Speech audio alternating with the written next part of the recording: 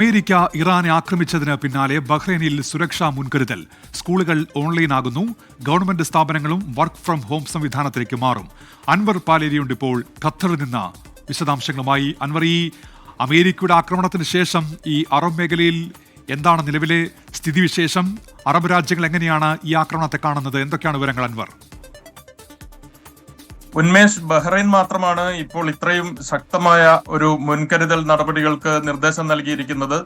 Kinder ഗാർഡനുകൾ, അതുപോലെ മറ്റു വിദ്യാഭ്യാസ സ്ഥാപനങ്ങൾ, സ്കൂളുകൾ, സർവകലാശാലകൾ എല്ലാം ഓൺലൈനിലേക്ക് മാറാനുള്ള നിർദ്ദേശമാണ് അല്പം മുമ്പ് നൽകിയിരിക്കുന്നത്. അതുപോലെ തന്നെ സർക്കാർ സ്ഥാപനങ്ങളും സർക്കാർ സ്ഥാപനങ്ങളും മന്ത്രാലയങ്ങളും ഏജൻസികളും ഒക്കെ 70% വർക്ക് അറ്റ് ഹോം എന്നാണ് ഇപ്പൊ നിർദ്ദേശം നൽകിയിരിക്കുന്നത്. നമുക്കറിയാം, ബഹ്റൈനിൽ വളരെ ശക്തമായ ഒരു അമേരിക്കൻ താവളമുണ്ട്. വലിയ നീക്കങ്ങൾക്ക് ബഹ്റൈൻ ഭൂമിശാസ്ത്രപരമായി തന്നെ പെട്ടെന്ന് എഫക്റ്റ് ചെയ്യാവുന്ന ഒരു സ്ഥലമാണ്.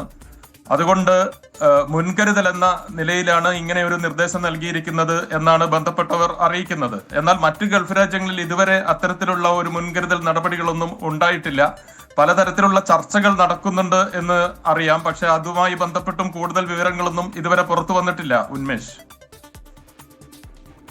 ശരി. അൻവർ പാലേരിയാണ് ഖത്തറിൽ നിന്ന് വിവരങ്ങൾ നൽകിയത്.